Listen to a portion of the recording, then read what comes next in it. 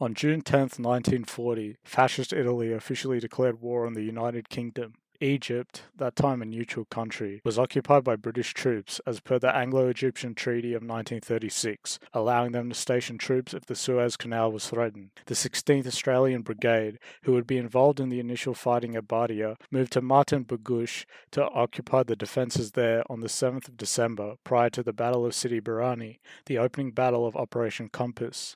Sidi Barrani was an overwhelming victory for the British Commonwealth forces fighting the Italians there. So successful, in fact, that many of the British military staff believed that the war was already over. British intelligence officers were even quoted as saying, "There is no doubt that the Italian army in Libya as an effective force is finished."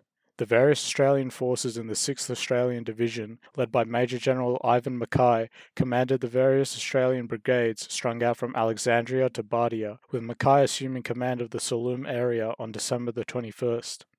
General Richard O'Connor had hoped that the British artillery from the sea and air would convince the Italians to surrender, but it became clear that the Italians, led by Lieutenant General Annibale Bergonzoli, were going to hold the garrison. The Australians suffered from an almost crippling lack of equipment, namely machine guns and an anti-tank regiment. To compensate, the 1st Northumberland Fusiliers, a British machine gun battalion, was placed under Mackay's command, and each regiment formed an anti-tank company.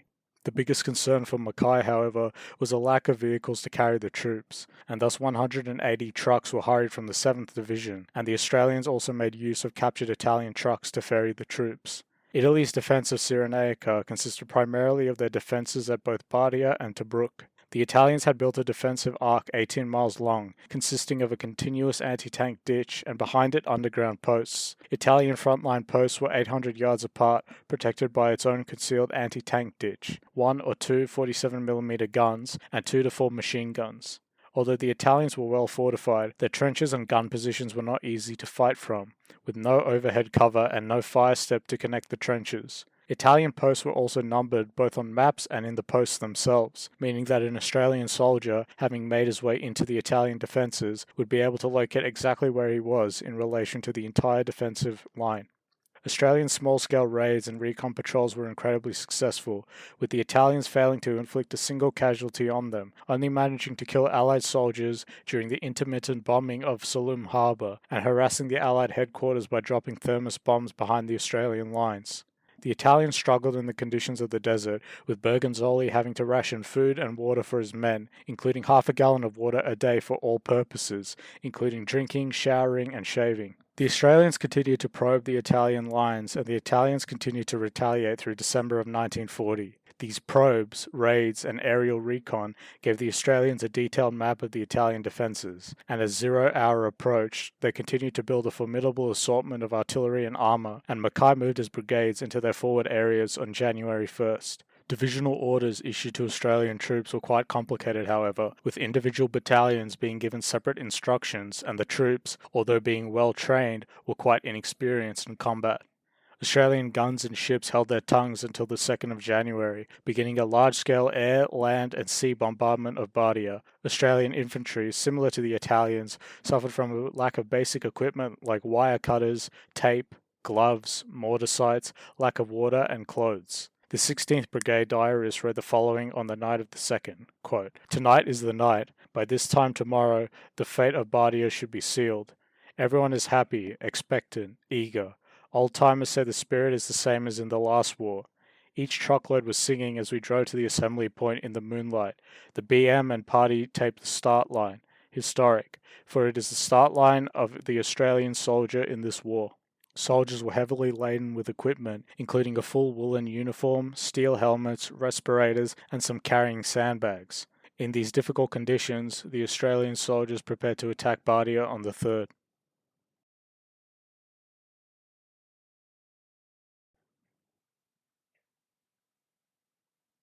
At 2:30 a.m. on the 3rd of January, the Australians drank their rum rations and ate their meals, and moved in silence to the jump-off point from 416.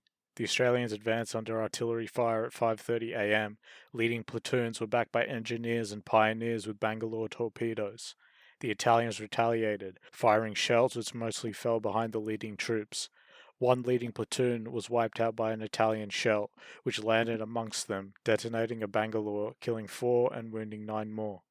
The officers paused 100 yards short of the Italian anti-tank ditch, and some of the officers began to anxiously search for Lieutenant Dawson, who carried the signal pistol, who had been killed by the aforementioned Italian shell. Another anxious officer, learning the signal had not been given, ordered his torpedo be blown, and the other teams followed suit. The infantry rose to their feet and scrambled into the Italian anti-tank ditch. Lieutenant McPherson and Kennedy, Captain Dillon's 2 platoon commanders, attacked Italian posts 47 and 46 respectively. McPherson ordered his men to attack the post right in front of them, seizing what turned out to be an Italian listening post manned by 20 soldiers, who surrendered without inflicting any casualties on the Australians. Posts 46 and 48 had been taken within half an hour, and Italian artillery intensified among the shattered wire. Engineers had broken down the anti-tank ditches using picks and hammers, opening parts at 60 to 100-yard intervals for the trucks and tanks to cross. More and more gaps were created in the Italian lines as the Australians continued to take more and more Italian posts, and hundreds of Italian prisoners were being captured and escorted back to the Australian lines by only a handful of Australian soldiers. Captain Hutchinson, leading a company to the left side of the Australian attack, seized several machine gun posts. When Hutchinson and Sergeant Owen seized an Italian machine gun, they turned it on the Italians and fired, noticing the bullets flying over their Italian targets, realizing quickly that the Italian guns were sighted for 80 to 1,000 meters, and the Italians, in their panic, failed to resight their guns. 560 Italian soldiers were captured when the garrison fell. Hutchinson, visiting his left forward platoon, mistook 6 approaching tanks for British, and was knocked down by one of the Italians' tank guns. The tanks continued to head into the British lines, approaching 500 prisoners guarded by 6 Australians, totally bereft of any anti-tank equipment, and were apprehended by the Italian tank crews. However, there was a seemingly endless stream of Italian prisoners heading towards the Australian lines. The 2/5th Battalion, marching into the line, saw a meandering column advancing towards them, thinking it was the 16th Brigade being driven back, but realizing quickly that they were in fact Italian prisoners as they approached closer. Although Allied intelligence officers believed the Italian force numbered no more than 25,000, the Australian forward battalions had learned that the actual number was much larger, with a captured Italian medic stating that the Italians had 40,000 soldiers manning the garrison at Bardia. Back at headquarters, reports came pouring in to Mackay with overwhelmingly good news. Although telegrams and reports coming in from the 16th Australian Brigade filled Mackay and his staff with confidence, the similar lack of such reports from the 17th Brigade, southeast of the 16th, filled him with anxiety. Colonel Berryman headed to the 16th Brigade's headquarters at 4:20 p.m. on the 3rd, ordering the 7th Royal Tanks and British medium artillery to cut off Bardia the following day, on January 4th. Throughout the afternoon of the 3rd, the 16th Brigade began to take intermittent fire from the Italians, and were not planning to execute an effective counter to silence the Italian guns. Berryman concluded that the 16th were too tired, and the 17th were too disorganized for further effort, and new troops needed to be brought in to renew the attack. After meeting with Mackay, the new plan was to use 2 brigades to take Bardia, leaving the 3rd in reserve for the end of the battle. At 10 a.m. on the 4th of January, elements of the 16th, now supported by tanks and machine guns, assembled at the crossroads between Lower Bardia and Upper Bardia, and began heading to the Wadi 4 hours later. They had reached the headland and attacked the fort at 4:45 p.m. The Italians waited patiently for the Australian tanks to reach within 500 yards of their guns before opening fire, and the Australians replied, with shells and traces soaring through the air and bouncing off the fort's exterior. The tanks advanced slowly, closer and closer to the Italians, with infantry close behind. As the tanks got closer, the Italian defenders decided against resisting and surrendered. In other areas of attack, meeting limited resistance, the Australians continued to capture thousands of prisoners. At 1:30 p.m., an attack on the northern section of the Italian perimeter silenced any further resistance with artillery, mortars, and infantry attacks on Italian posts. Further southeast, the 17th Brigade prepared to close in on a pocket of Italian forces that they had surrounded, but orders from Mackay forced them to halt and watch as the fresh 19th Brigade would move ahead of them to renew the attack. Supported by all available tanks, they advanced, and after initially capturing some Italian soldiers, encountered accurate shell fire and machine gun fire, but suffered only 1 casualty. The Italians at posts 11, 8, and 3 offered significant resistance, but the Australian attackers were still too strong, and they soon surrendered.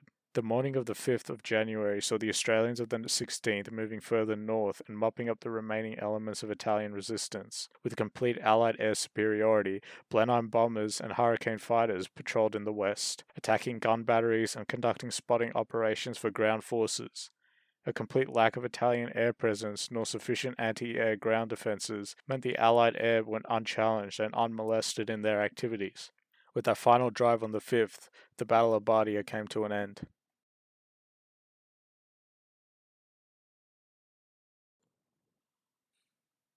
The Battle of Bardia was a resounding success for the Allies. It was the first Australian-led operation of World War II, fought also by Australian troops. Despite going up against a total of 45,000 Italian troops defending a fortified garrison, the smaller contingent of 16,000 Australians were able to emerge victorious.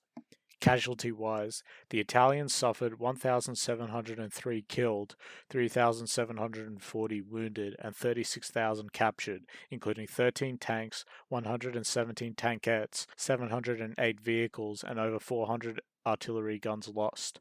The Australians had 130 killed, 326 wounded in response. Bergonzoli, the Italian commander of the Bardia garrison, had escaped to Tobruk with several officers. Both Bardia and Tobruk were the linchpins of the Italian defence of Libya and Cyrenaica, and the fall of Bardia meant that the Allies could now focus their sole attention on taking Tobruk to open the doors of North Africa and ease supply issues by gaining control over the port there. The Italian failure at Bardia can be blamed both on poor leadership, poor fighting by Italian soldiers, but also a more broader focus on the primacy of mass and manpower over machines and modernization. The Italian fascist state led by Benito Mussolini entered World War II, according to Douglas Porch, with all the, quote, spectacular but uncontrolled trajectory of a bottle rocket. Mussolini's fascist ideology called for the re-establishment of the once dominant Roman Empire, but his armies were totally unequipped for that task. Other issues such as promotions being earned based on political loyalty or seniority rather than proficiency or combat merit meant their North African campaign was both poorly led and planned.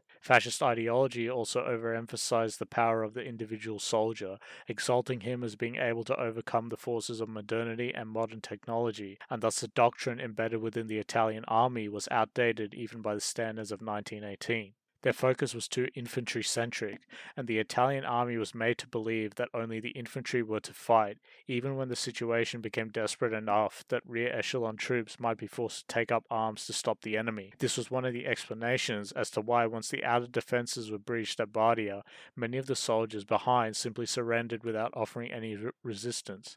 Rather than cowardice, it was simply what they were told. Although the Australian victory was overwhelming at Bardia, much has been said by Australian authors about the supremacy of the Australian fighting man and how his racial qualities and the comparative racial inferiority of the Italian was the explanation for Allied success. Australian media at the time and even historians after the war promoted the idea that the Italians were lazy, and it was ethnic attributes such as being easily contented by coffee, cigarettes, and women that explained their poor combat effectiveness, in the words of German Field Marshal Albert Kesselring. These were the explanations propagated by Australian historians following the war, and rather than analyse the battle from an unbiased and accurate perspective, was openly embraced as a nationalistic endeavour, with Gavin Long, one of the historians I've used in making this video, saying that, quote, one objective of the Australian war histories is frankly a nationalistic one, to contribute to the statement of a national tradition. One soldier in the 7th Armoured Division even said after the war that, quote, some of the facts in those history books have been embellished a little to make better reading.